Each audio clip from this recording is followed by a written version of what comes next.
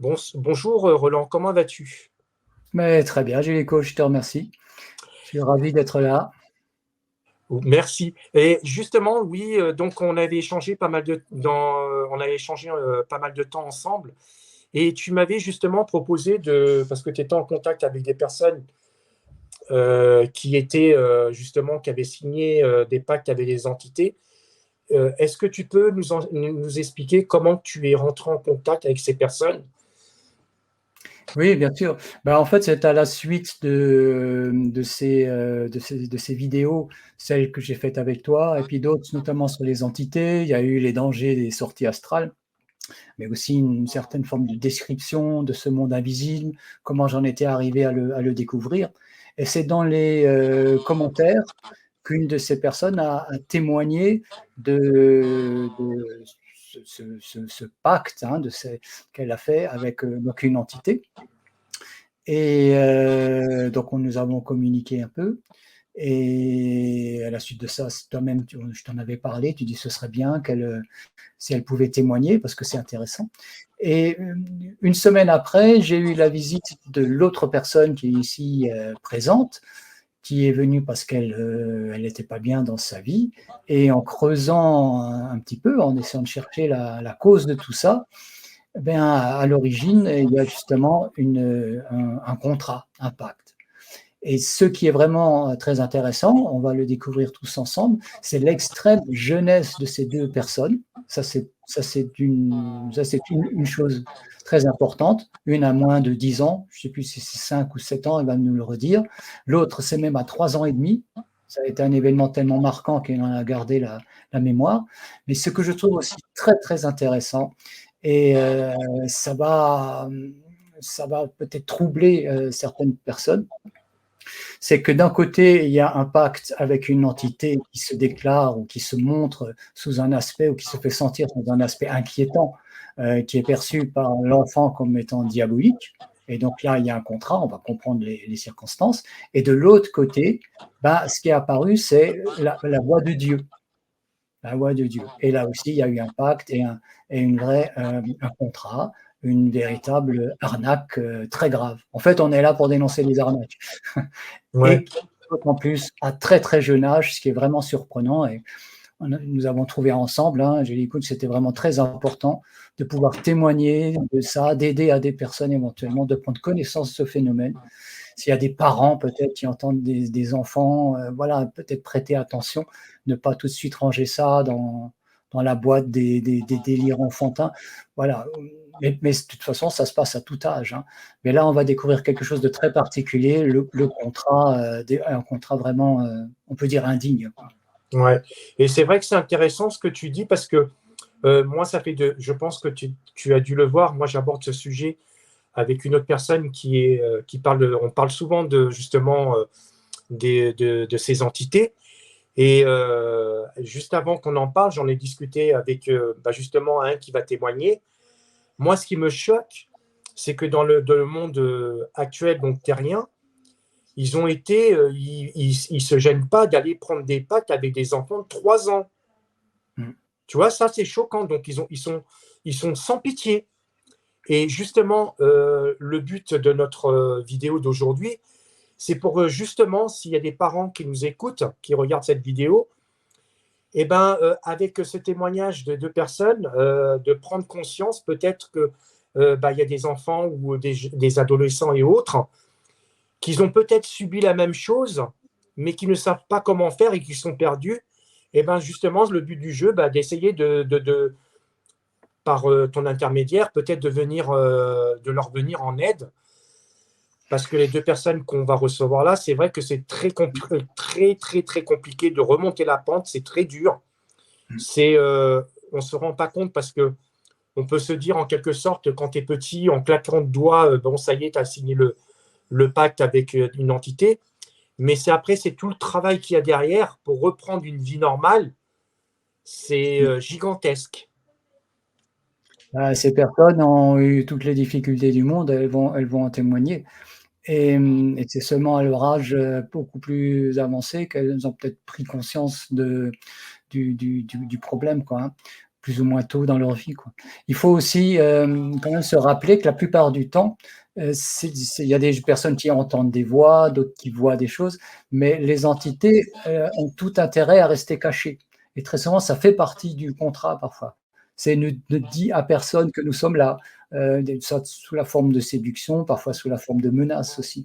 Donc ça va être très difficile pour un enfant, ou même puisque ça l'est même déjà pour un adulte, de pouvoir d'en témoigner.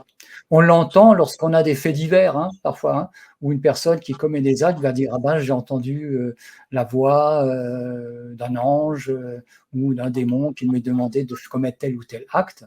Et là, la justice, voilà, ben, va les considérer comme des gens hors normes, hein, et va les mettre dans la case plutôt psychiatrique.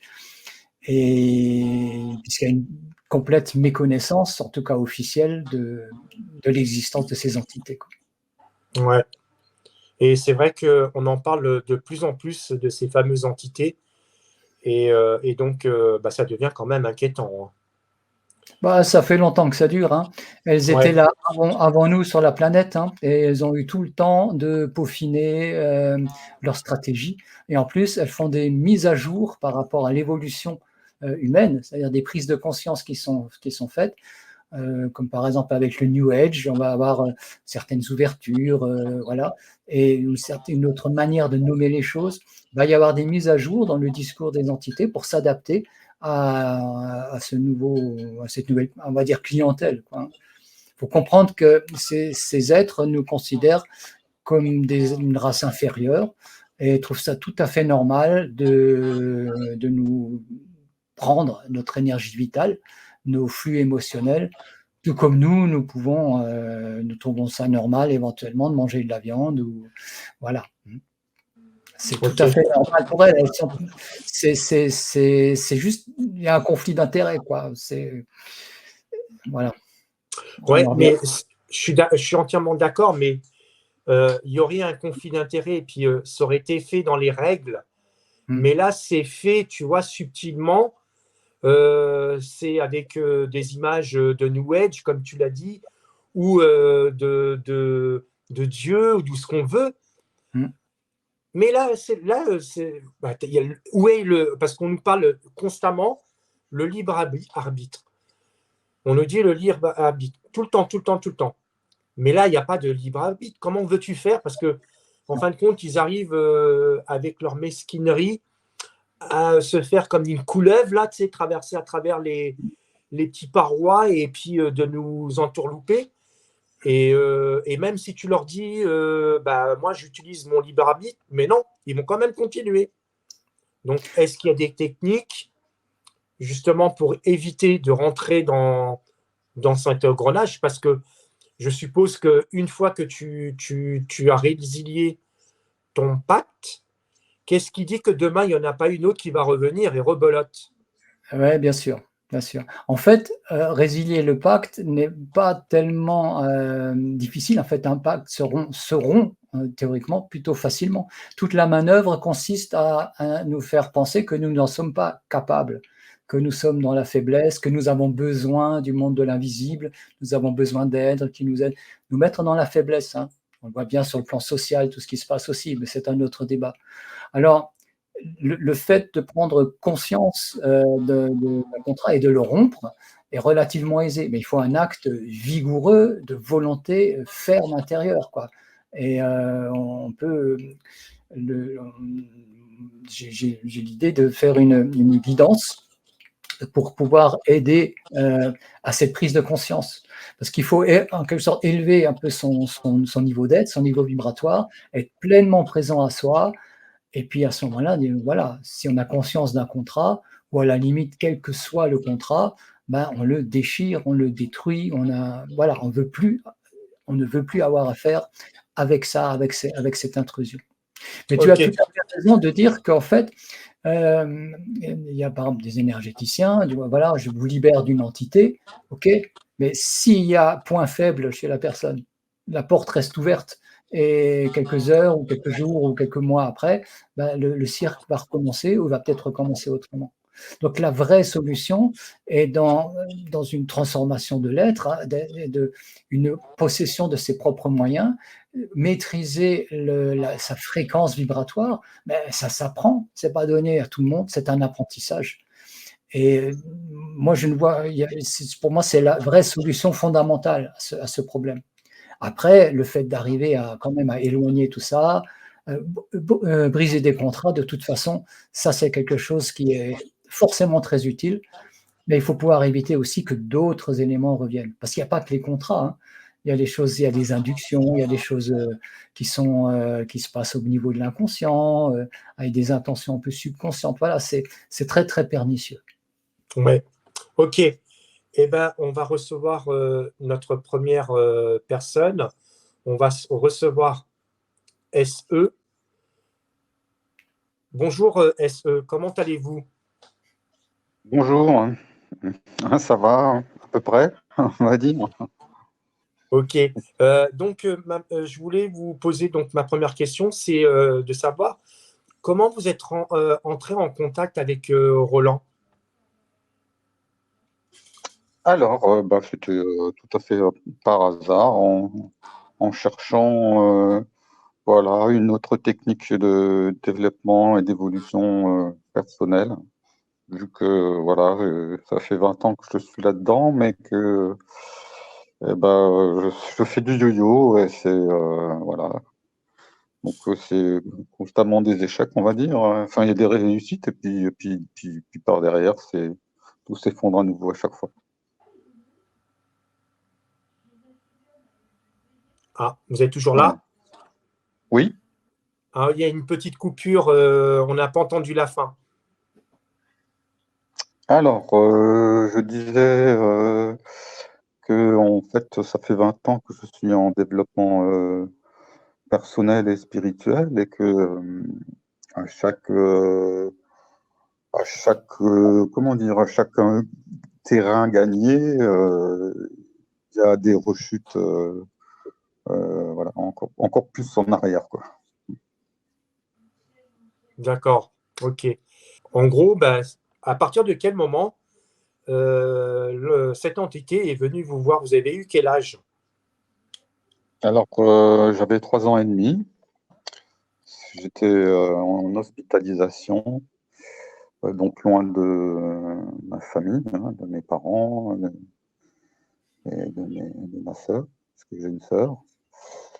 Et à ce moment-là, il m'arrive, j'ai un problème avec le sang.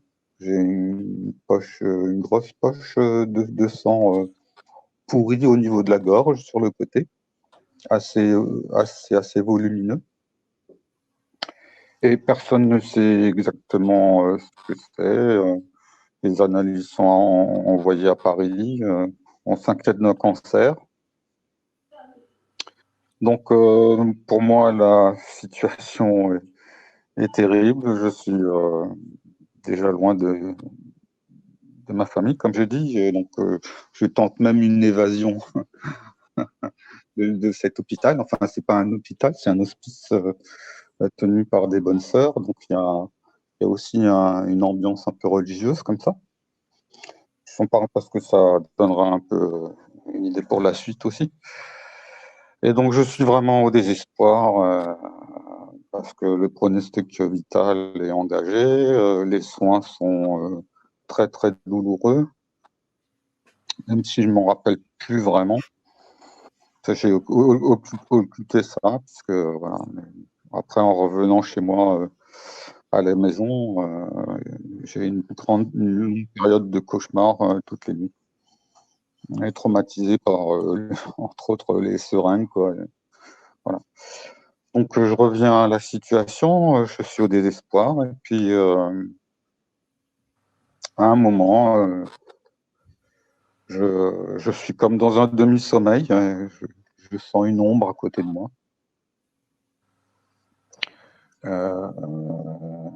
Que j'identifie au diable, et puis je fais un pacte avec le diable, et je lui donne ma joie de vivre, puisque j'en avais plus. Hein, je me suis dit, bon, je vais donner ça. puisque de toute façon, voilà, je l'ai pas. Hein. Enfin, je pensais l'avoir perdu. Et pour pouvoir sortir, le pacte, c'est je veux sortir d'ici vivant. Et donc, pour ça, je donne, enfin, je noue un pacte avec le diable. Vous donnez quelque chose à vous, lui. vous lui donnez. Voilà. D'accord. Et vous m'entendez? Ah, là maintenant, c'est bon, oui.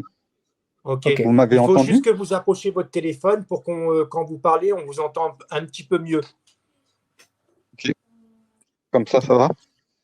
Là, c'est un peu mieux. Et justement, quand vous avez rencontré, en gros, cette entité, mais vous l'appelez le diable, est-ce que cette entité, quand vous l'avez senti sa présence, est-ce qu'elle avait une odeur particulière ou pas du tout? Non, il n'y avait pas d'odeur. Non, il y avait juste une ombre. Hein. Voilà. D'accord. Et comment vous pouvez est-ce que vous rappelez, parce que c'est vrai que quand même, vous vous rappelez tout depuis l'âge de 13 ans, c'est quand même quelque chose d'incroyable. Est-ce que peut-être, Roland, il va peut-être me donner son… 3 ans. 3, j'ai dit combien, moi? 13. Ah, donc à 3 ans. Et c'est vrai, est-ce que peut-être, quand on signe un pacte avec une entité, c'est peut-être fait exprès justement par cette entité de laisser la mémoire. Je peux peut-être répondre. Oui. Il n'est pas du tout nécessaire que le pacte reste en mémoire. Et la plupart, très souvent, de toute façon, ça se passe aussi parfois à un niveau quasiment subconscient. Ce sont au niveau des intentions. Quelqu'un, un adulte, hein, par exemple, qui voudrait la gloire, la richesse, la célébrité, c'est un besoin, c'est une envie. Et si cette personne, elle est vraiment prête à tout, hein, elle vendrait père et mère, ça suffit pour attirer les entités correspondantes. D'accord. Et ça va être plus insidieux. Ok, tu vas l'avoir, mais il faut peut-être faire ceci, il faut peut-être faire cela. Voilà, c'est moins. Il ne s'agit pas de papier et on signe avec son sang. Quoi, hein. Et donc la mémoire n'est pas forcément là. Ce qui se passe très souvent, c'est qu'en fait, il y a la pousse d'implants. Hein. Des implants qui sont. Il y en a de toutes sortes, mais ça peut être des espèces de mécanique, c'est une espèce de technologie éthérique qui permet la récurrence aussi. Et par exemple, on pourrait voir des phénomènes d'auto-sabotage, comme je pense à eu SE, comme on l'appelle maintenant, que j'ai vu une fois, on a fait une séance, il y aurait tout un travail à faire vraiment pour sortir de là. Parce que la rupture du contrat est une chose, mais les dégâts et le fait de garder ça toute sa vie, en fait, il y a des effets boule de neige, quoi. Hein. Donc, il y a beaucoup de choses il y a beaucoup de choses à réguler, quoi. Mais l'essentiel est on en reparlera, dans une élévation du niveau vibratoire. Quoi. Voilà. D'accord. Ok, merci. Et donc, SE, par rapport à cette entité, parce que vous le décrivez comme étant le diable, est-ce que vous arrivez à le visualiser pour vous, donc cette forme, comment elle était, comment vous l'avez perçue?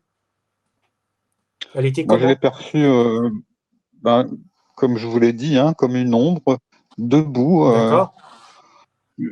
avec une forme humaine, hein, mais debout, juste pas les contours, quoi. Il n'y avait rien à l'intérieur de l'ombre, quoi, on va dire.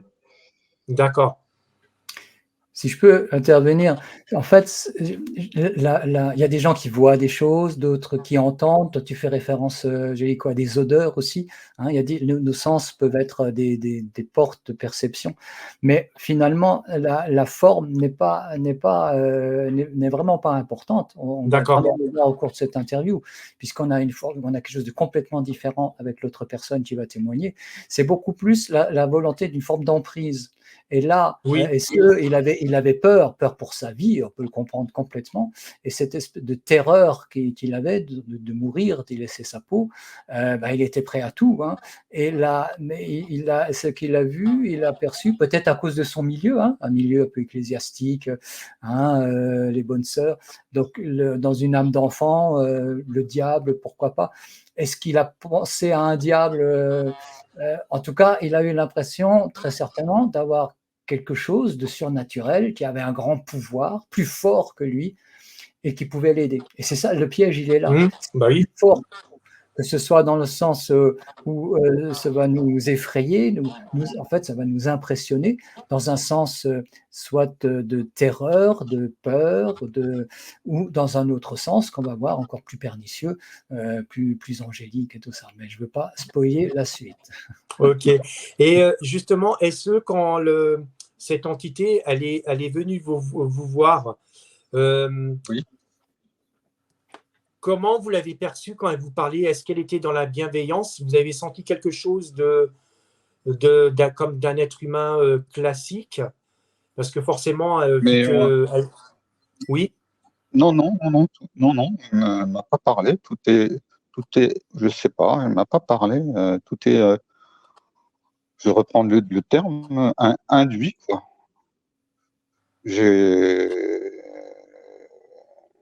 Non, c'est moi qui ai fait le pacte. Il y avait d'accord. pas de. Elle ne m'a pas parlé, non. Elle était présente et c'est moi, en sa présence, qui ai fait ce pacte.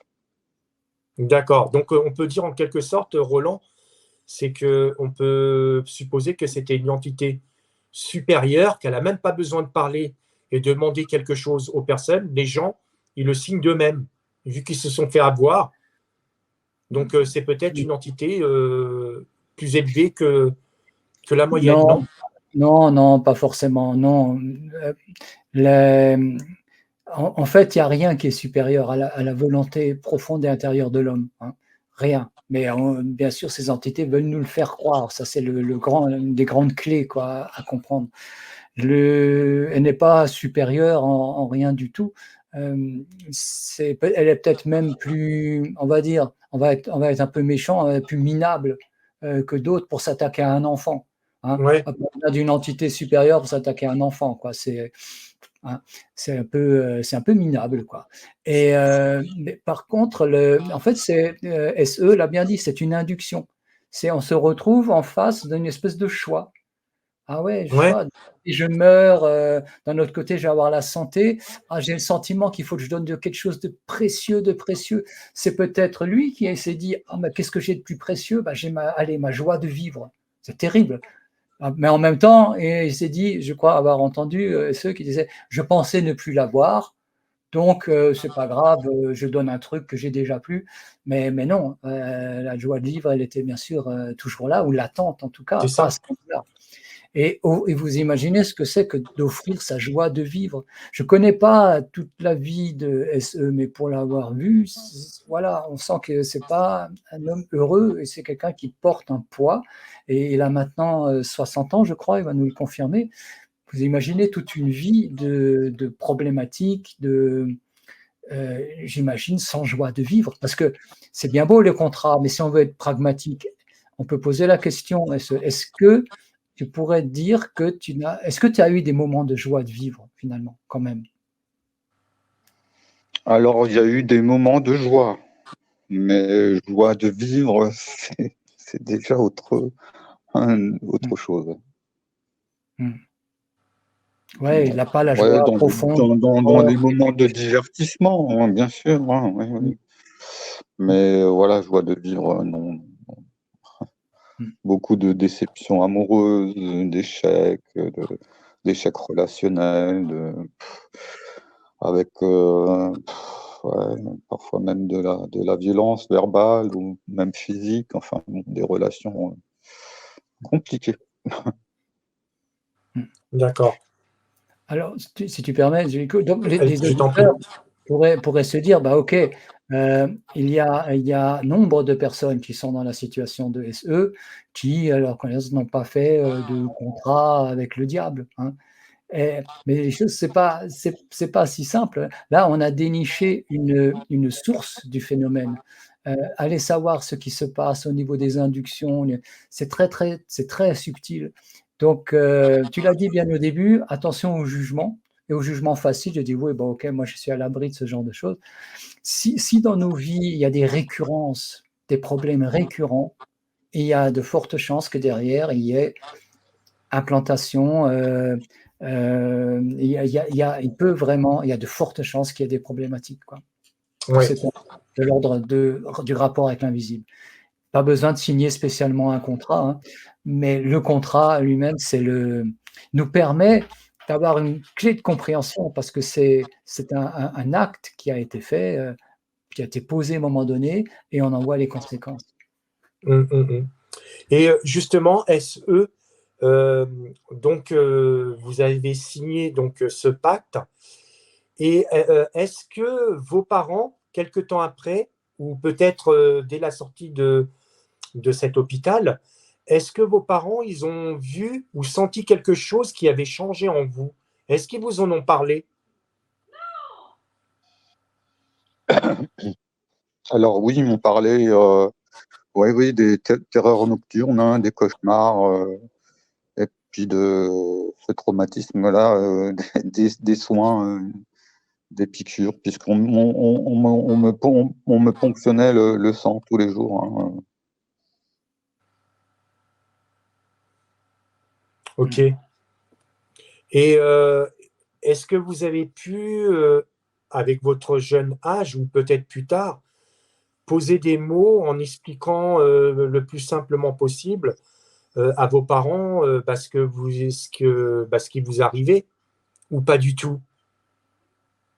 Non, pas du tout. J'ai gardé ça pour moi, hein. J'ai pas partagé vraiment avec mon entourage ou ma famille, hein. J'ai plutôt partagé beaucoup plus tard avec des thérapeutes, hein, pour vraiment voilà, pour un peu sortir de mes difficultés, hein, de vie, quoi, hein. D'accord. Et oui, Oui, ce qui m'a surpris, c'est le très jeune âge et le souvenir de ça. Moi, personnellement, je ne me rappelle de rien de cet âge-là, quoi. Et c'est tout à fait surprenant. Et comment tu l'expliques? Que tu te rappelles de ça? Alors, oui, mais moi aussi, j'ai pas vraiment beaucoup de souvenirs de cette période-là. Mais cette période à l'hôpital, je pense que en fait, ça m'a marqué vraiment beaucoup, et j'ai plus d'autres souvenirs encore, hein. Voilà, donc j'ai voulu m'échapper. C'était suite à la visite de mes parents. J'étais vraiment très très malheureux quand ils sont partis. Et à ce moment-là, on m'a obligé de manger une soupe. Enfin bon, bref, il y a des détails comme ça qu'on peut pas oublier, ou alors un spectacle de marionnettes pour enfants qui était censé faire rire tout le monde. Et je pense que ça a été aussi un point déclencheur de mon désespoir à ce moment-là, puisque ce spectacle de marionnettes, en fait, ne me faisait pas rire du tout, et ça m'a plutôt eu l'effet inverse. Voilà. Ça m'a encore, d'accord. du fait que je ne pouvais pas rire et être joyeux comme les autres, ça m'a encore plongé dans un plus grand désespoir. D'où Voilà, peut-être donc non, l'idée non, de de la j'ai joie pas de beaucoup de vivre. souvenirs, mais là, c'était tellement marquant que voilà, ça. Ouais. Donc, ouais, comme disait Roland, d'où la disparition de la joie de vivre.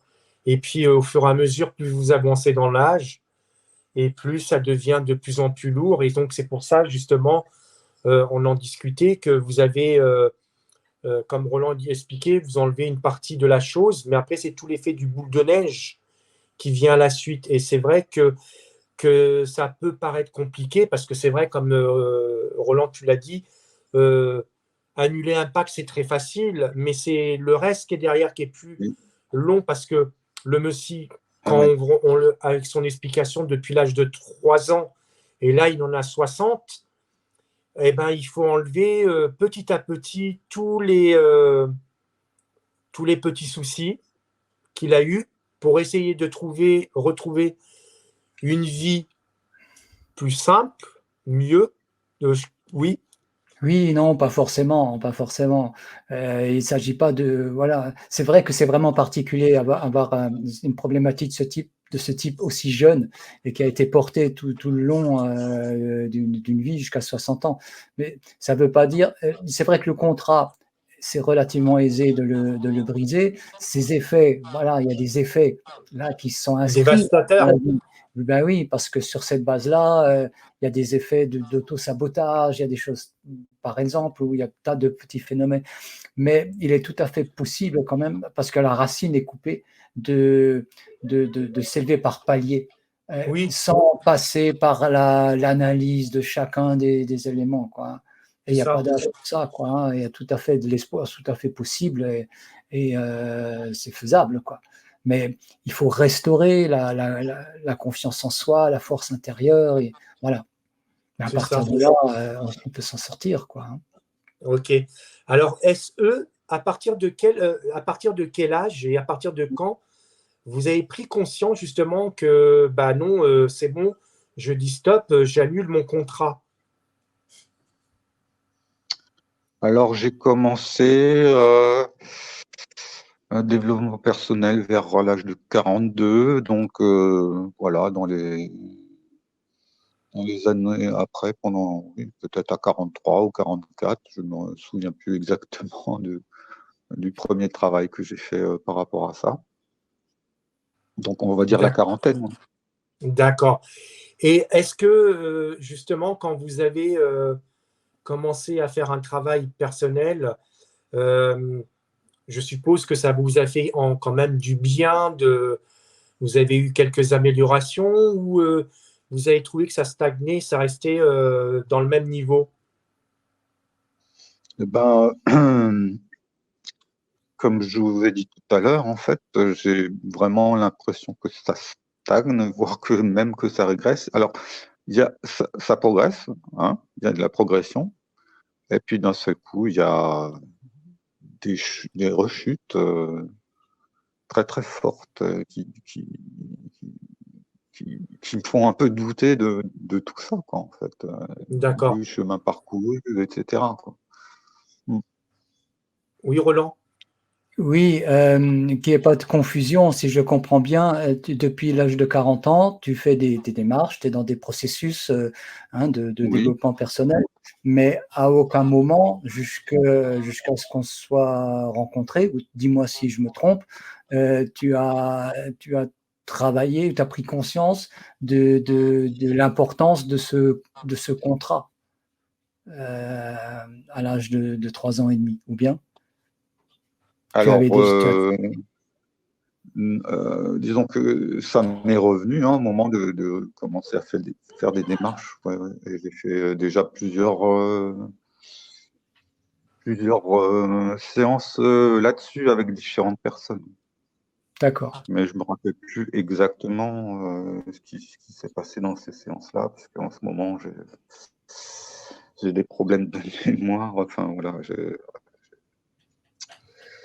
j'ai des soucis. Donc, ouais, au niveau du fonctionnement du cérébral, quoi, on va dire. Un Et problème de justement, mémoire, d'organisation, d'orientation, enfin voilà, voilà, j'ai un antidépresseur aussi. et justement, le jour quand vous avez décidé d'arrêter ce contrat, est-ce que Oui. cette entité ou peut-être une autre entité est venue justement pour vous empêcher ou essayer de tout faire pour que vous ne preniez pas cette décision? Ou ça s'est fait le plus simplement possible? Alors la décision la plus, je dirais, la plus ferme, hein, là où j'avais peut-être un pouvoir, c'était avec Roland. Les autres, je ne sais plus exactement comment ça s'est passé. Mais la dernière décision, je l'ai faite avec Roland. Je suppose que Et la plupart. non, il y a jamais eu de retour de l'entité, hein, jamais. Enfin, en D'accord. tout cas, de manière consciente ou voilà. Non,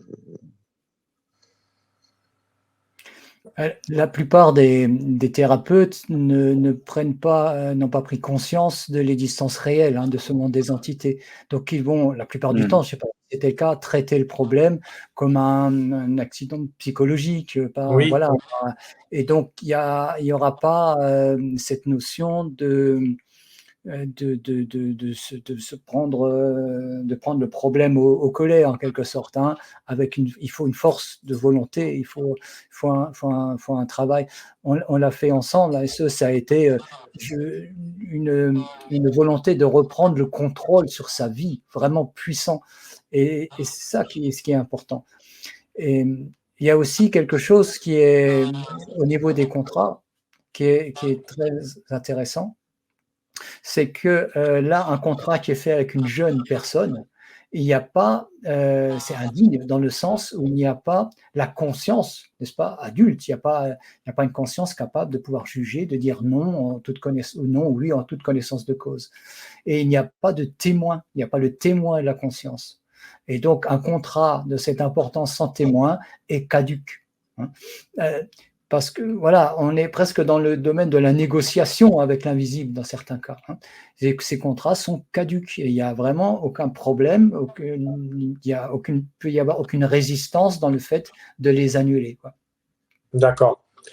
Et justement, SE, je suppose qu'actuellement, vous commencez à être de mieux en mieux. En termes que la preuve, c'est que vous avez déjà pris conscience de tout ça, et puis surtout, vous avez eu le courage de venir témoigner, donc c'est déjà quelque chose de très fort. Donc je pense que vous êtes, même si vous pensez que vous êtes encore fragile, mais vous avez Oui, votre fort intérieur vous pousse, et puis vous avez eu le courage, et moi, avec le travail de Roland qui fait avec vous, et je pense que ça ira de mieux en mieux. Et j'espère la prochaine fois qu'on se reverra, vous aurez la joie de vivre, parce que c'est vrai que c'est important. Et donc, je pense que vous êtes sur le bon chemin, parce que déjà de témoigner, c'est vrai que c'est pas facile. Et donc là, je pense que vous êtes sur le bon chemin. merci. Et j'ai juste une dernière question. S'il y a des parents qui nous écoutent dans cette émission, quels conseils justement vous leur donnerez par rapport à ce que vous avez vécu? Si vous avez des conseils, vous leur direz quoi? Ah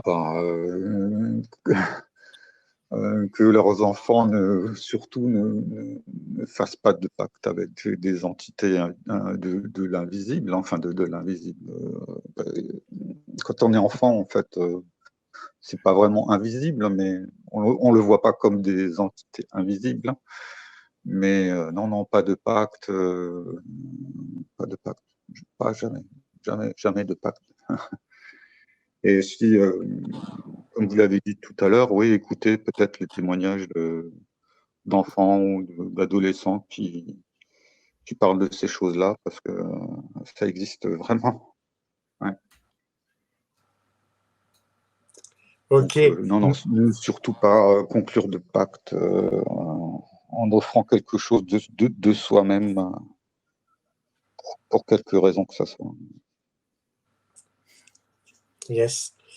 Roland, est-ce que tu as quelque chose à rajouter par rapport à SE? Ben, je suis d'accord avec ce que tu dis.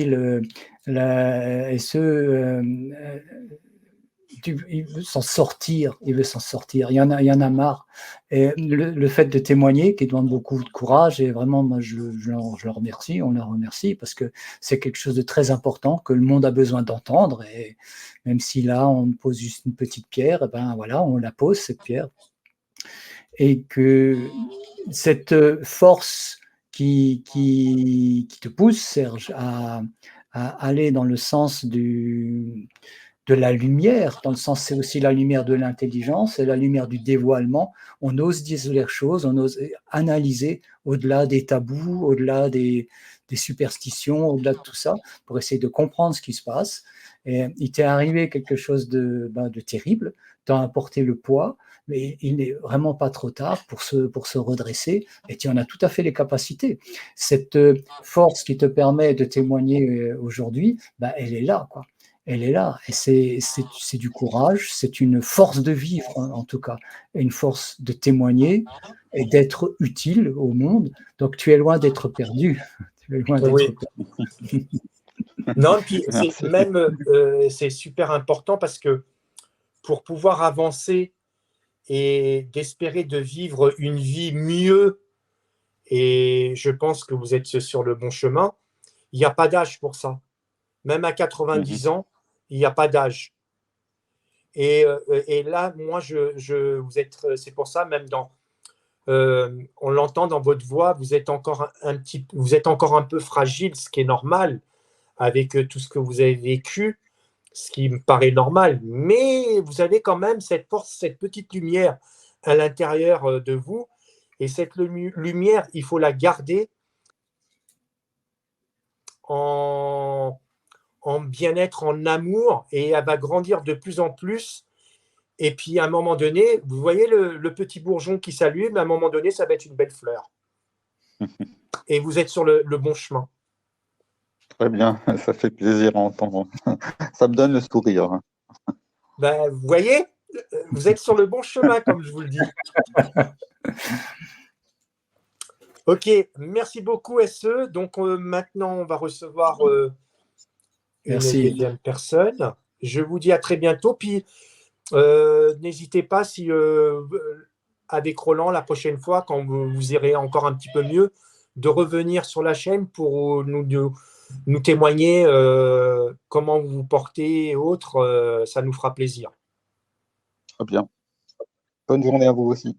Bonne journée. Au revoir. Au revoir. SE.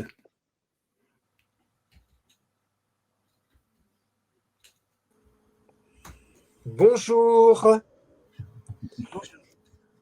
Alors, Bonjour. C'est Tessane. Tessane. Comment allez-vous? Ça va. On va dire que ça va. Ok. Alors, est-ce que vous pouvez nous expliquer ce qui vous est arrivé et comment ça s'est passé et à partir de quel âge? Alors, pour moi, ça a été... j'avais 7 ans. À peu près 7 ans. Pardon, on n'entend pas. On ne vous entend pas très bien, il faudrait que vous vous rapprochiez. J'avais 7 ans. Vous m'entendez là? Très bien. Oui. Ouais. J'avais à peu près 7 ans et donc ça s'est passé, j'étais au lit, c'était dans ma chambre, toujours le soir avant de m'endormir. Une voix, moi c'était une voix que j'ai entendue et qui venait me dire tu dois choisir un organe, qui va dysfonctionner dans ta vie. Je comprenais pas et on m'a dit, cette voix me disait c'est normal, c'est comme ça, c'est pour tout le monde pareil. Donc je viens voir tout le monde quand il est enfant et je lui demande de choisir un organe qui va dysfonctionner. Tu as le choix de cet organe-là. Tu n'es pas obligé de répondre tout de suite. Tu as le temps de réflexion, enfin un temps en partie, je sais plus. Donc j'ai réfléchi. Et puis il est venu, la voix je l'ai entendue 2-3 fois en me disant alors. Je dis je ne sais pas. Bon, tu as encore un peu de temps, réfléchis. Et moi j'ai cru que c'était Dieu. Puisqu'il s'agissait de tout le monde et que c'était la vie qui était faite comme ça, qu'on venait sur Terre et que on devait avoir un organe qui dysfonctionne, puisqu'à un moment, voilà, pour payer quelque chose peut-être, un karma ou je ne sais pas. Et donc j'ai mis du temps, j'ai cherché un peu, j'avais du haut de mes 7 ans, j'avais pas beaucoup de connaissances physiologiques et autres. Donc j'ai cherché un peu et j'ai choisi le foie.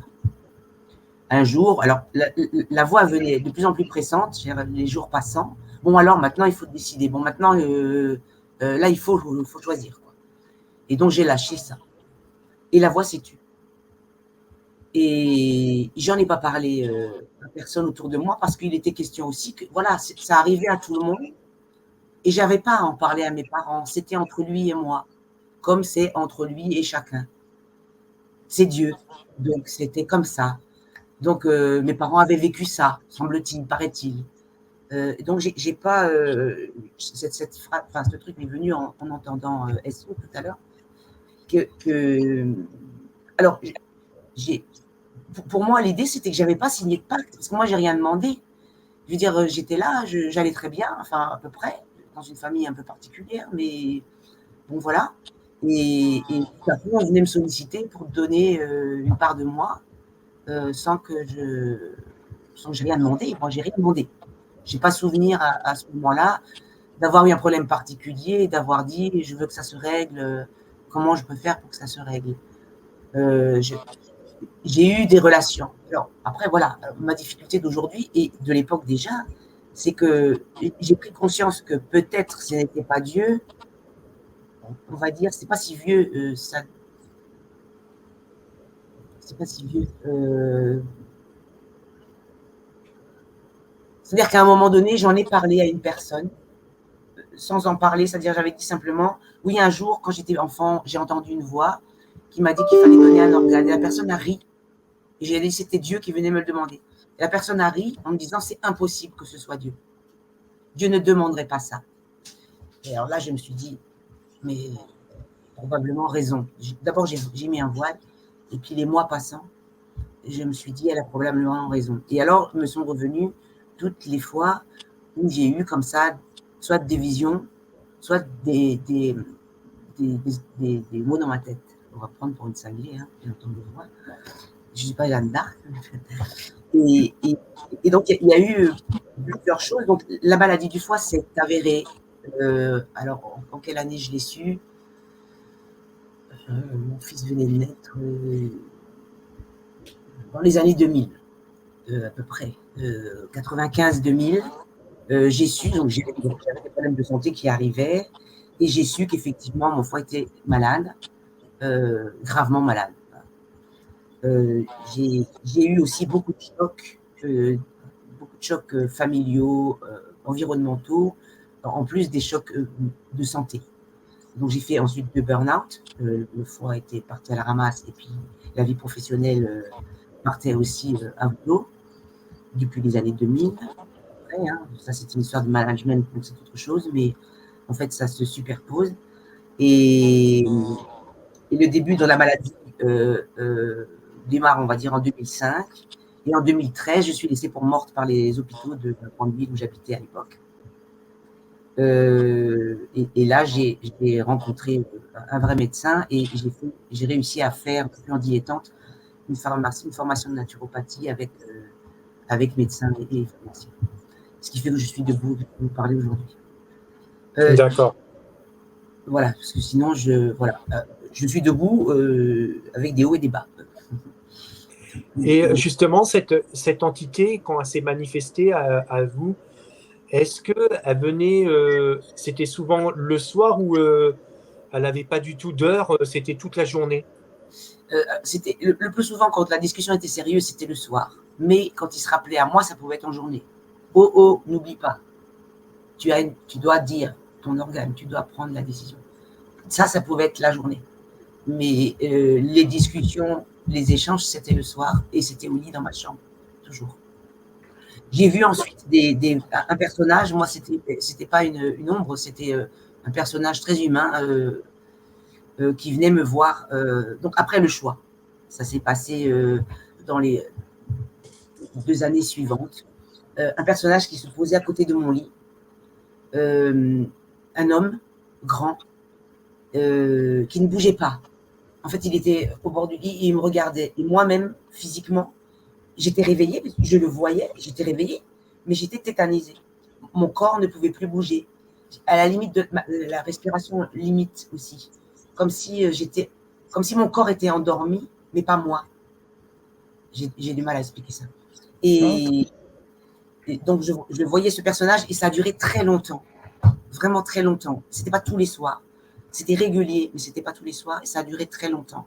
Et ensuite, je voyais aussi beaucoup de personnages. Là, je ne voyais que les visages, les têtes, qui se baladaient dans ma chambre et qui, pareil, me laissaient en sensation de tétanie physique. Alors que j'étais réveillée, je peux vous garantir, je ne dormais pas. Quoi. Je suis sûre de ça, je ne dormais pas. Et c'était là pour m'inquiéter. Moi, je le sentais comme une surveillance, comme pour me faire peur. Et d'ailleurs, aujourd'hui, les résidus de tout ça, outre les problèmes physiques, qui sont en fait des problèmes, là, je remarque, qui affectent beaucoup mes médias énergétiques, c'est toujours par des peurs paniques et des angoisses phénoménales. J'ai l'impression de subir des attaques. C'est-à-dire qu'il y a des moments où j'arrive à le régler, je le gère parce qu'il n'y a aucune raison. Je peux regarder toutes les raisons dans ma vie. Qu'est-ce qui peut faire que j'ai peur? Qu'est-ce qui peut faire que j'ai une angoisse? Et à certains moments, il peut y avoir, mais il y a des moments où il n'y a rien du tout. Et là, c'est une attaque. Je sens que c'est une attaque, ça se passe au niveau plexus, et c'est vraiment une attaque. Et des fois, c'est au bord du suicide, quoi, tellement c'est très, très fort. D'accord. Ok. Et justement, à partir de quel moment vous avez pris conscience que, en fin de compte, vous êtes fait berner, quoi? Alors, il y a eu cette personne à qui j'avais dit ça et qui m'a dit, oh, ça ne peut pas être Dieu. Et puis, au fur et à mesure, parce que les choses... moi, j'ai fait beaucoup de travail sur moi, mais plus du point de vue santé, mais aussi, voilà, j'ai vu différents thérapeutes, beaucoup, parce que voilà, je cherchais qu'est-ce qui se passe, pourquoi, qu'est-ce qui ne va pas chez moi, pourquoi ça ne va pas, pourquoi il y a autant de choses qui tombent comme ça, qui sont très négatives et qui m'impactent, beaucoup de chocs, choc sur choc, je suis en stress post-traumatique, là aujourd'hui à l'heure où je vous parle, enfin c'est ce que dit la médecine classique, et c'est au fur et à mesure, et à force de regarder, d'écouter, de regarder des choses. Alors le New Age, moi, je m'en méfie comme de la peste. Ça, c'est quelque chose que j'ai tout de suite, presque tout de suite compris. Je le repère à 10 000, et je suis très méfiante avec ça. Donc je pense que par là, on n'arrive pas à me... je crois. Évidemment, on n'est jamais sûr de rien vraiment, puisque tout ça, c'est tellement pervers, en fait. Je pense que je le vois venir, là, de ce point de vue-là.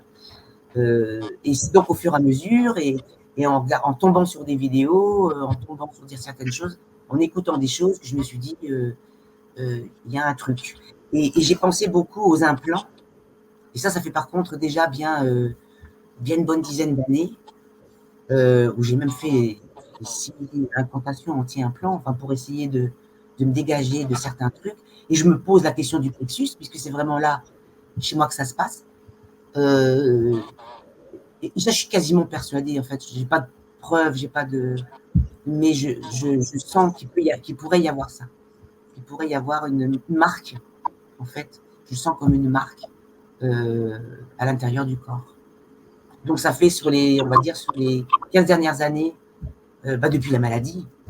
Alors, c'est ce que je disais à monsieur, je crois que c'était à monsieur Perret, oui, que j'en parlais. C'est à partir de 2013, donc on me laisse pour morte en 2013.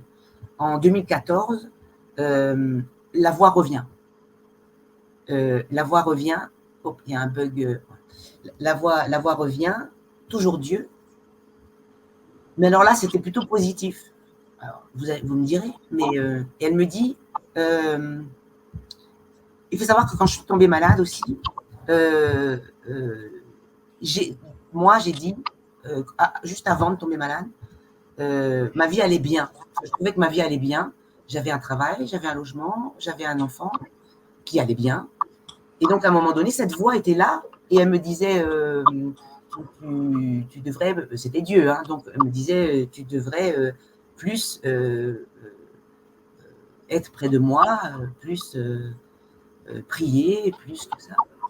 Et je lui ai dit, maintenant j'en ai marre, laisse-moi tranquille, tout va bien. Le boulot, la maison, etc. Tout va bien, fous-moi la paix. Et là, terminé. Je n'ai plus rien entendu. Et cette voix revient en 2014, donc 2013, on me laisse pour mort, 2014. Et elle me dit, j'étais couchée en train de crever, vraiment. Je ne pouvais plus marcher, hein, mes organes étaient en partie à l'arrêt. Je ne marchais plus, j'ai dû tout réapprendre, en fait, à remanger, à remarcher, à repenser, tout. J'étais morte. Et elle me dit, alors, tu vois, je t'avais dit ce qu'il fallait faire, tu n'as pas fait, regarde dans quel état tu es aujourd'hui. Et là, j'ai pleuré, toutes les larmes de mon corps. Et là, j'ai dit, bah oui, je me rends compte qu'effectivement, j'ai merdé. Est-ce que c'était Dieu, est-ce que c'était pas Dieu? Je suis incapable de vous le dire. Aujourd'hui, je suis incapable de dire, et donc de prendre des décisions, certaines fois, sur des choses, parce que je ne sais pas reconnaître ce qui vient de moi ou d'un réel divin que d'une entité. Et c'est toute la problématique aujourd'hui pour essayer de sortir de ça et continuer d'avancer, point de vue énergétique aussi. Alors, j'ai vu un thérapeute il n'y a pas longtemps qui m'a dit que point de vue énergétique, c'était très fort chez moi. Par contre, ce sont les angoisses, les peurs paniques, tout ce qui est émotionnel, qui me bousille, quoi, qui affaiblissent tous mes méridiens. Et c'est comme ça que j'ai des organes qui se mettent à dysfonctionner. Alors, le foie va mieux, parce que j'y ai beaucoup travaillé, énormément même. Donc, il va mieux. Mais j'ai l'impression que peut-être ça ne plaît pas. Enfin, il y a une sensation comme ça il faut qu'autre chose s'allume. Mais ça, c'est une sensation. Pas, on ne m'a rien dit. Donc voilà, en gros, si je peux vous dire ça. Oui, je vous ai parlé à peu près. Je m'étais noté. Et donc des sentiments à des moments donnés que les choses vont mieux parce que je gère, et des rechutes régulières qui se traduisent par donc des peurs paniques et des angoisses à crever, quoi. D'accord. Ok. Et justement, quand vous avez commencé à rencontrer des thérapeutes dans cette période, quand vous les avez rencontrés, et que vous vous sentez au fur et à mesure, après, vous allez mieux, ou comment ça s'est passé, cette situation, cette étape-là pour vous? Il y avait des fois, alors pas toujours, il y a eu parfois un peu de mieux, plus particulièrement dans les thérapies physiques, drainage lymphatique, des choses comme ça, qui sont très terre à terre, très physiques. Là, ça m'aidait, je pense, effectivement, parce que ça remettait en circulation un peu les choses physiques du corps, mais ça ne... sur le moment, donc du coup, ça pouvait baisser les tensions d'angoisse et ce genre de choses. Mais chaque fois, au bout d'un moment, ça rechute, quoi. Chaque fois, ça revient. Hein. Ça revient. D'accord. Ok. Cette entité-là, actuellement, depuis, elle revient encore, ou c'est terminé? Alors maintenant, quand j'ai des grosses poussées d'angoisse, je lui dis dégage. Alors, elle ne me parle pas, mais je sens une présence. Et je lui dis dégage. Et ça marche. D'ailleurs, je le dis là, vous voyez, parce que je suis en angoisse là depuis que je vous parle. C'est revenu, ça me prend. Je ne l'étais pas avant. Alors, est-ce que c'est l'attente ou je ne sais pas, je suis un peu flippée à cause de la vidéo. Je ne sais pas. Mais là, je la sens, et quand je dis dégage, je sens tout de suite que ça descend. D'accord. Vous m'avez vu tout à l'heure taper les mouches. J'ai une sensation, alors ça c'est qu'une sensation, c'est peut-être une vue de l'esprit, que parfois elles sont dans ces bestioles-là. Quand je tape une mouche qui est particulièrement curieuse et énorme, qui ne ressemble pas aux autres mouches, je me dis dégage. Et ça marche parce que ça baisse, enfin je pense que ça marche parce que ça baisse la force de l'angoisse. Mais il faut faire tout le temps, quoi. C'est un truc à remettre sur les chevaux toutes les heures, quoi, quasi. Enfin, c'était tout le temps. Il faut que Est-ce que notre présence de moi et de Roland vous fait du bien? Ce que j'ai entendu tout à l'heure, et puis quand j'ai discuté avec Monsieur Perry, oui, il y a quelque chose. Alors après, vous avez vu, on a eu du mal à se connecter par mail. Là, le coup de mon compte a disparu. Bon, à un moment donné, je me dis, bon, si tu es là, dégage, quoi. Hein, parce que là, tu commences vraiment à nous gonfler. Et ben, maintenant, je fais comme ça, tout en ayant l'impression que peut-être je parle à personne et que je suis complètement cinglée. Il ne faudrait pas que quelqu'un m'entende dans ces moments-là. Bon, je parle aussi beaucoup aux animaux, aux arbres et tout. Ça aussi, je pense qu'on doit me prendre pour une folle aussi. Mais ça m'aide aussi beaucoup. Énormément, même. Et oui, ça, je sais pas, en fait. Je vais dire oui, parce que enfin, je peux parler de ça à quelqu'un C'est ça. Il va peut-être pas me dire, mais ça va pas la tête, tu devrais aller te faire soigner. Et oui, ouais, c'est ça. C'est enfin, je trouve quelqu'un qui est d'accord de dire ça existe. Ça existe. Tu as pu être prise enfant. Tu t'es fait feinter, quoi. Je me suis fait à l'insu de mon plein gré, contre ma volonté, embarquer dans un truc dont je n'avais absolument pas conscience et connaissance à cette période de ma vie. Et comme disait M. Perret tout à l'heure, et j'ai noté, sans conscience des choses, contrat est caduc. Donc, c'est ce que je dis quand je dis dégage, c'est caduc, tu n'as rien à faire ici, va voir ailleurs. Va voir ailleurs. Je ne souhaite pas du mal aux gens ailleurs, mais tu as sûrement mieux à faire ailleurs. Ici, il n'y a rien à faire. Voilà, il n'y a rien pour toi. Alors après, j'ai vu des maisons qui étaient une maison où il y a eu aussi des choses qui sont passées. Et alors, est-ce qu'après, il y a des liens aussi là, je ne sais pas. Mais c'est vrai que votre témoignage, il est très fort et surtout ce qui est le plus important, et je pense que c'est ça, c'est que vous vous retrouvez devant des personnes on n'est pas là pour vous juger. Ça ira de mieux en mieux parce que déjà, vous avez fait déjà un grand pas d'en parler. Et puis en plus, on peut vous voir à travers les écrans. C'est que déjà, vous avez fait un grand travail. Et puis, c'est bien. Et aujourd'hui, votre foi, comment il se trouve aujourd'hui? Comment va votre foi? Ma foi. Mon foie ou ma foi? Oui, votre foi. Lequel? Votre foi. Mon foie. Il va mieux. Il va mieux. Il est a priori guéri. Après, on n'est pas à l'abri de rechute. D'accord. Eh bien, c'est bien. Bravo. Guéri, oui. J'ai d'autres choses à guérir parce que le burn-out m'a laissé pour morte. Hein. Je peux vous dire qu'il y a eu beaucoup de choses qui se sont passées dans mon corps qui m'ont beaucoup abîmé. Hein. J'ai vieilli plus vite que la majeure partie des gens, etc. Il me reste un stress post-traumatique très fort qui continue d'abîmer, quand il est là, continue de gréver mes organes, autres que le foie, du coup, enfin aussi le foie probablement. Mais bon, je suis debout, je marche, je suis en vie, et c'est pour ça que j'ai accepté l'image. C'est parce que c'est pour dire, comme je lui dis ta gueule, je leur dis ta gueule, parce que pour finir, ils sont probablement plusieurs. Je dis regarde-moi bien, c'est ta gueule, c'est moi qui te le dis, et ici sera terminé. Plus jamais. Donc ça, j'oublierai pas. Si je reviens, je te jure que tu m'auras pas. Et j'aurais envie de dire ça aux parents. Prenez conscience que cette chose existe. Parlez à vos enfants. Si tu entends une voix, si tu sens une odeur, si tu vois un truc qui est bizarre, si c'est pas normal, viens me le dire. Moi, parent, viens me le dire. On va en parler. Et pour que tu sois dégagé de ça. Et c'est ça que j'aurais voulu trouver chez mes parents, je n'ai pas trouvé sur beaucoup de choses. Mais si quelqu'un m'avait dit à l'époque, t'entends un truc, t'entends une voix, n'écoute pas, c'est de la merde. Tu n'écoutes pas. Si on m'avait dit ça, j'aurais tout de suite dit dégage. Mais moi, j'ai cru que c'était Dieu. Et on m'a dit aussi, Dieu te parle, Dieu est là, le Saint-Esprit, papa. Et donc, je ne sais plus. Parfois, j'avoue que parfois, je ne sais pas. Quand cette histoire, je vous ai raconté en 2014, quand on me dit, ah, tu es en train de mourir, tu n'as pas fait ce qu'il fallait faire, et regarde dans quel état tu es aujourd'hui.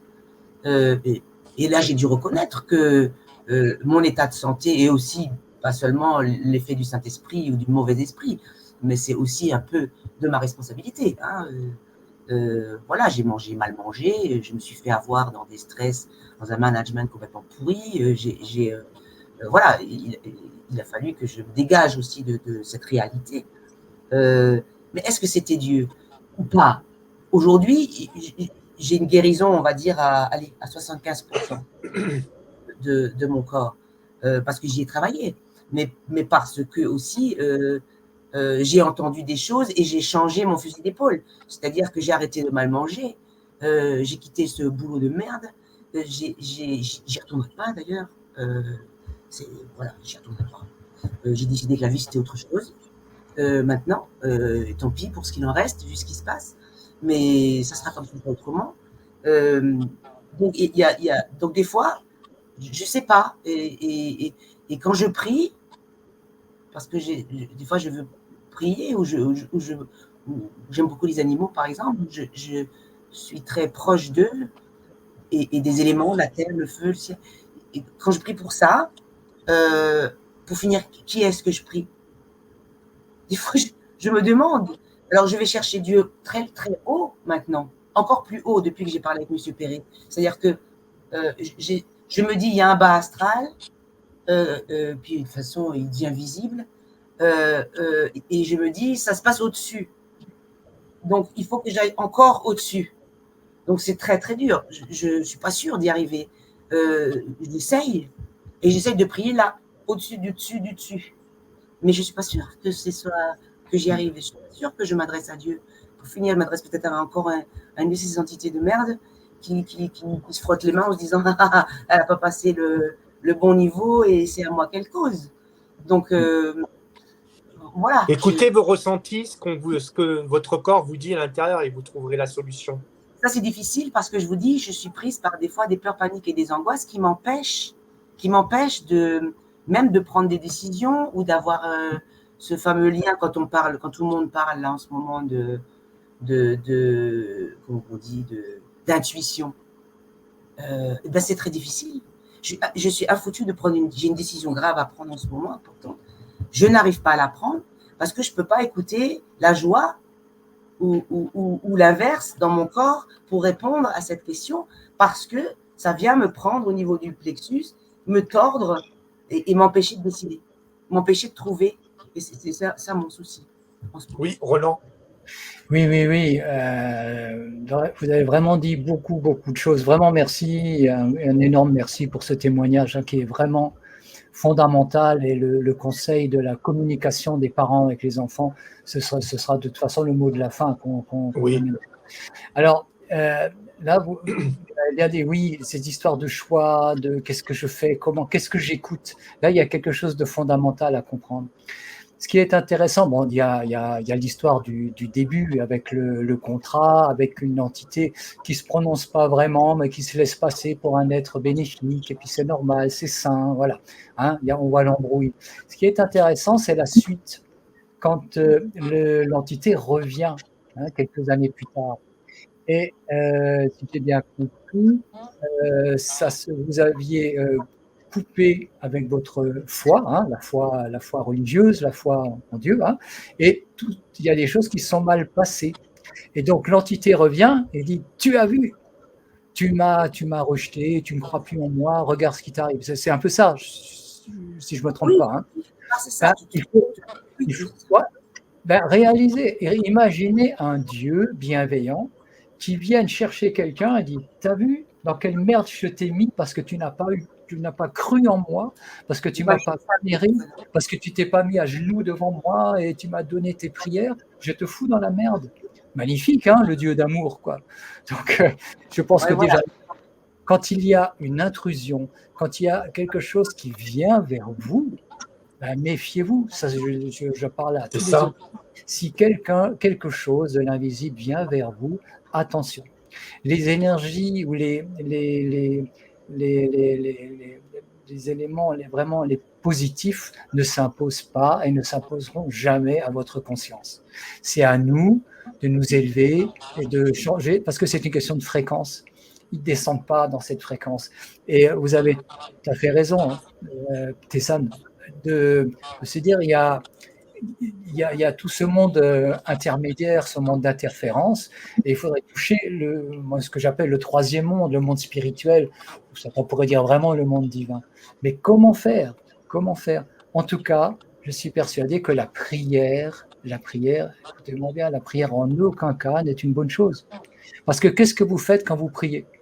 Vous vous dites, voilà, je suis petit, je suis faible, j'ai besoin d'aide. Alors qu'en fait, votre foi, vous l'avez guéri, soigné par vos efforts. Les choses que vous avez réglées dans votre vie, vous les avez faites avec le pragmatisme, avec votre conscience individuelle, avec votre intellect, votre bon sens. Il n'y a pas, en fait, ce qu'il faut, c'est retrouver sa royauté. Il n'y a aucun être qui est plus grand que nous, auquel il faut plier un genou devant lui ou avoir peur. Hein. Là, c'est formidable parce que nous avons deux témoignages, un par la terreur et l'autre par un côté insidieux, je suis une énergie divine. Voilà. C'est ça. Ouais, C'est quand ça, dans votre vie, Cézanne, il y avait d'abord quelque chose d'assez, allez, je t'offre, donne-moi.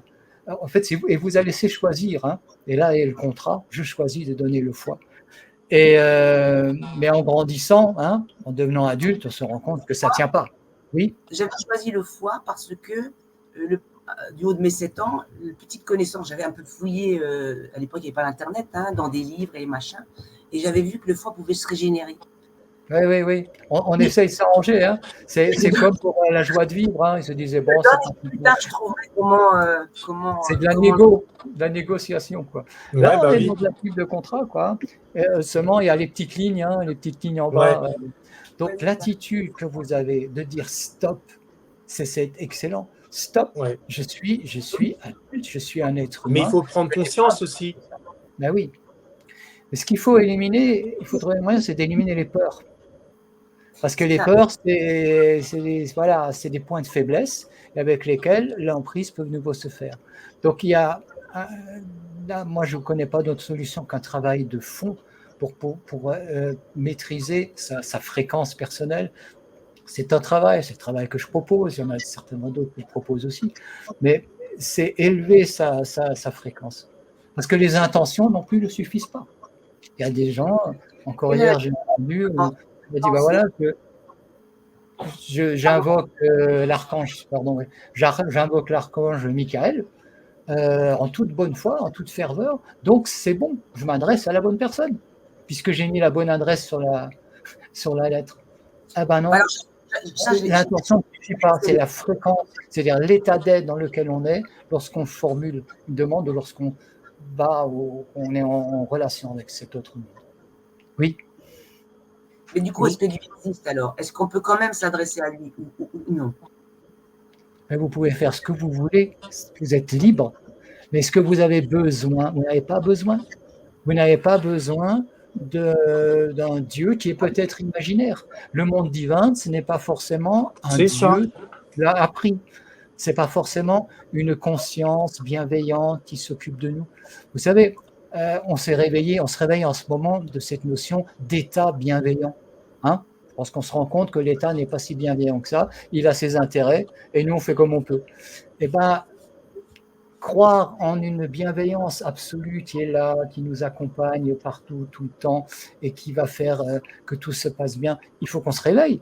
C'est avec notre bon sens, il faut avoir les pieds bien sur terre, nous sommes des êtres, il faut retrouver sa liberté et abandonner la crainte. Votre destin dépend de vous et de personne d'autre. Vous n'avez même pas besoin de la prière. Je sais que ça va perturber énormément. Oui, bah oui. Mais la prière, c'est un état de dépendance et un état de petitesse. On peut parler d'humilité, ok, on peut parler de belles choses, mais il s'agit d'être.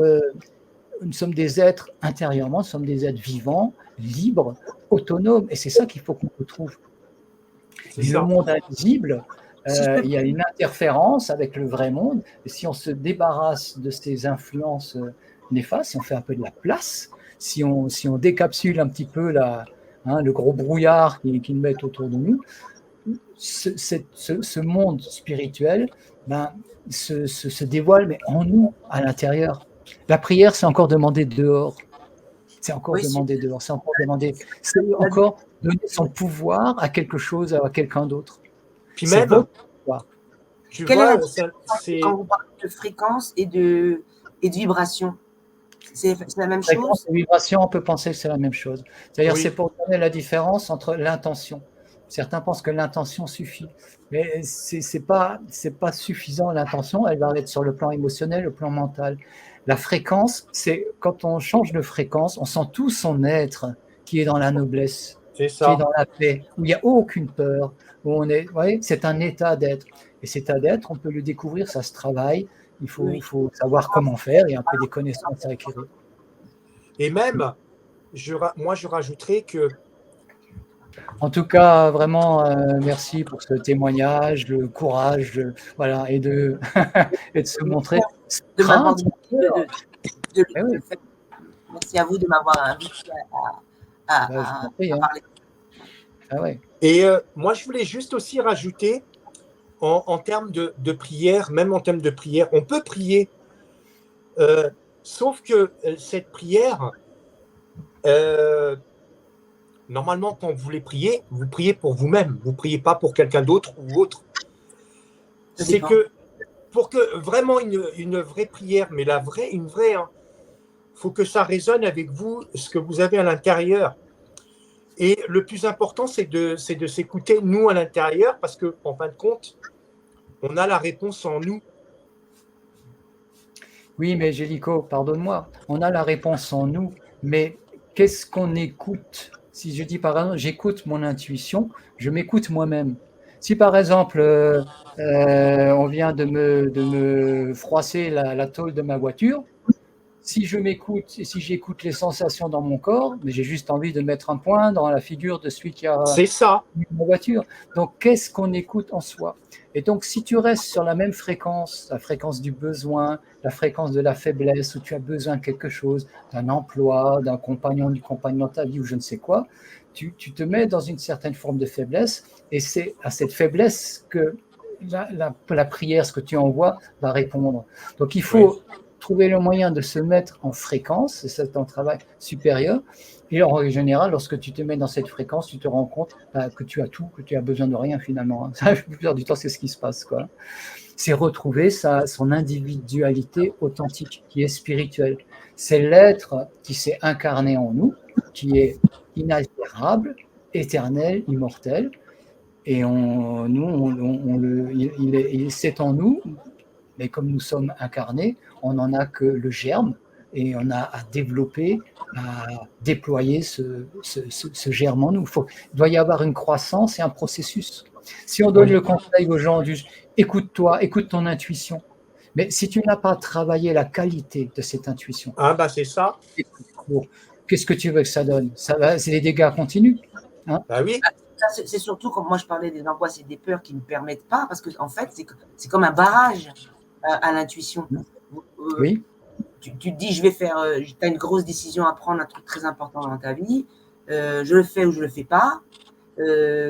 A priori, je suppose que quand il faut le faire, ou quand on sent que c'est bon pour soi de le faire, ben on est bien, on est heureux, on se dit, ouais, j'y vais, voilà, on a envie. Et puis le contraire, on dit non, c'est trop tangent et tout. Mais le problème, c'est que quand tu es parasité tout le temps par voilà, des angoisses et des émotions négatives, ben, tu n'arrives pas à faire la part des choses. Tu sais pas. Tu sais pas. Est-ce que c'est bien, est-ce que c'est pas bien? Parce que ce que tu ressens, en fait, c'est le parasite. C'est le parasitage. Et là, pardon, si je peux me permettre, si on a peur, si on est dans un état un peu perturbé, en aucun cas ne prendre de décision. C'est ça. En aucun cas, elle sera toujours fausse. Là où, au mieux, on a une chance. On n'est pas en mesure de prendre une décision. C'est ça. Donc, il faut se retrouver il faut attendre ou faire ce qu'il faut si on sait faire pour se retrouver dans un état de sérénité. Et ensuite, on utilise son pragmatisme, son bon sens, sa rationalité. Et c'est dans la paix, dans la tranquillité, qu'éventuellement peut y avoir les bonnes intuitions, mais c'est effectivement pas de décision lorsqu'on est dans la colère ou dans la peur ou quel que soit toute émotion trop forte. Il y a une phrase qui est étonnante, un jeu de mots que j'apprécie assez, le sentiment. Tu ne peux pas toujours écouter ton senti, parce que si ton senti, c'est celui de la peur, si tu écoutes ta peur, tu es foutu, quoi. Tu vas prendre des mauvaises décisions. Donc, il faut mettre une conscience entre ton senti et ta volonté, ta décision, ton intelligence. Ok, eh bien, écoute, on va bientôt arriver à un terme. Est-ce il aurait quelque chose à rajouter Est-ce qu'il aurait des conseils à rajouter pour les parents, pour les enfants?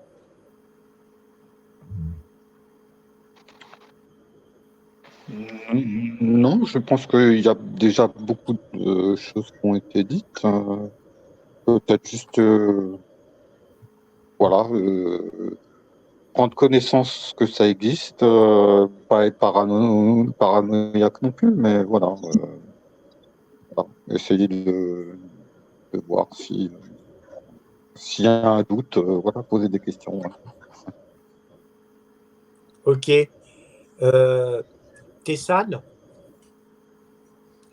vous avez quelque... Je vous arrête. Oui. On devrait en parler aux enfants. Je ne sais pas comment, parce que c'est pas évident, mais on devrait enseigner aux enfants que quand tu entends des trucs, quand tu vois des choses et que tu ne peux pas les expliquer, que ça paraît inexplicable, c'est pas forcément bienveillant, c'est pas forcément gentil, parle-en à un adulte. Voilà, je trouve qu'on devrait l'enseigner.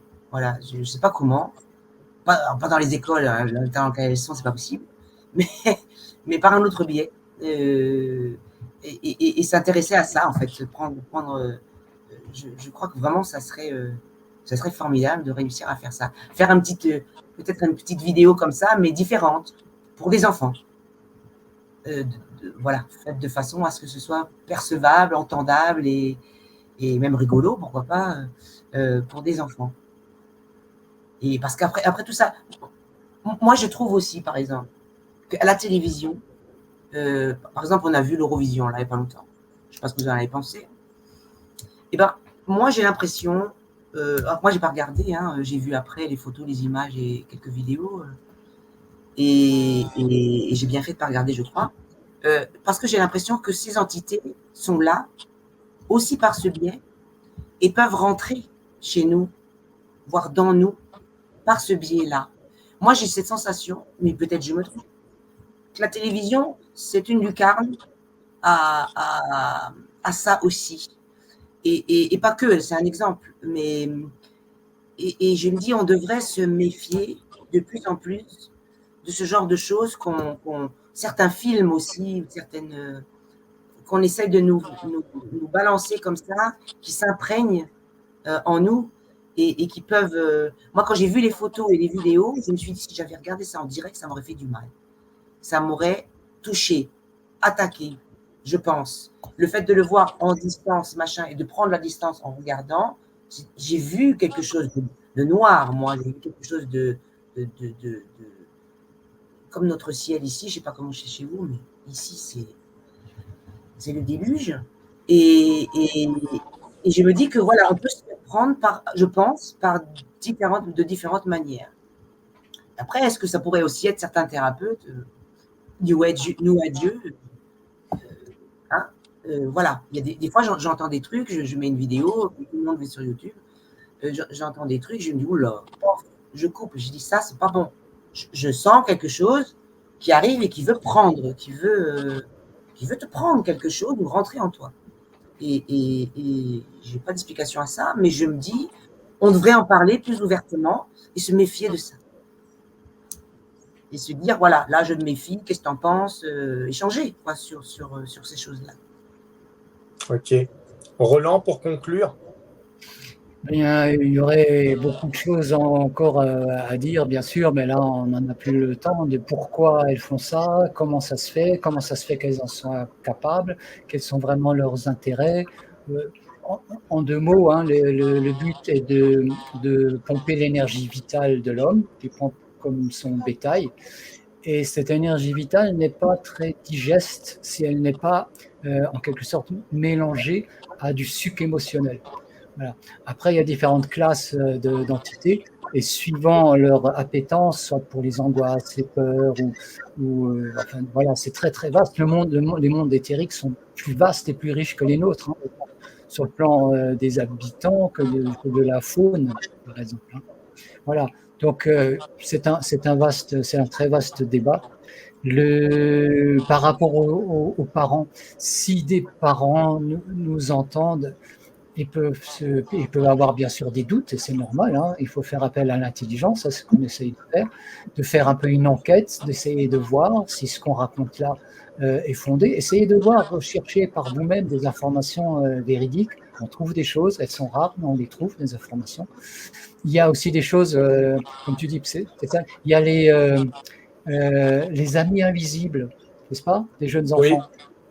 Et parfois, l'ami invisible, eh ben, il est très sympa. Et puis tout d'un coup, il devient plus méchant.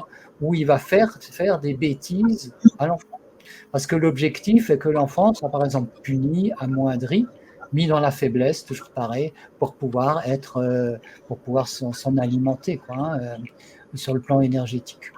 Donc il y a vraiment, il y a tout un pan effectivement, d'éducation et qu'on pourrait faire. Comment faire à l'heure actuelle où on pense en grande majorité que tout ça n'existe pas. En tout cas, au minimum, Tessin l'a très bien dit, c'est le dialogue. Si l'enfant dit quelque chose, parce que venir et lui dire attention, le crocodile que tu crois avoir sous ton lit, il est réel, on ne va pas s'en sortir, quoi.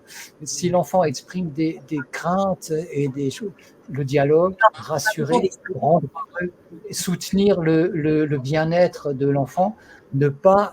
Je sais qu'il y a des parents qui pensent bien faire en brimant l'enfant. On dit arrête tes bêtises, c'est faux. Il y a pire, ils les emmènent chez le psychologue ou le psychiatre. Dis simplement ça. Tu fabules, tu es un affabulateur, tu es un menteur. Voilà, l'écoute. Il y a, sachez-le, il y a de fortes chances qu'il peut y avoir quelque chose derrière. Essayez de voir sans augmenter la peur, puisque la peur est le principal atout de leur côté. Donc c'est tranquillement, avec humour, peut-être effectivement, comme tu disais, c'était ça. Moi, je pense aller vers l'enfant, parce que pour l'enfant, moi, je vois dans ma situation, ce que j'ai vécu, je ne suis pas allée vers mes parents pour en parler. Parce qu'à la limite, c'était entre lui et moi, c'est lui qui l'a dit. Donc, je n'ai pas fait la démarche d'aller vers l'adulte. Et c'est pour ça que je disais que ce serait bien aussi que les parents, à un moment donné, comme ils te parlent du Père Noël, comme ils te parlent, je ne sais pas moi, de Dieu justement, de dire oui, mais parfois, il peut y avoir des choses que tu peux sentir, entendre, voir, et qui ne sont pas des chouettes choses. Donc si ça arrive, parle-moi-en, on en discute, et puis on verra. Mais surtout parle-moi. Enfin, c'est ça, viens vers moi, viens me le dire, viens me raconter ce que tu vis, ce que tu ressens, ce que tu vois. Oui, c'est intéressant. Oui.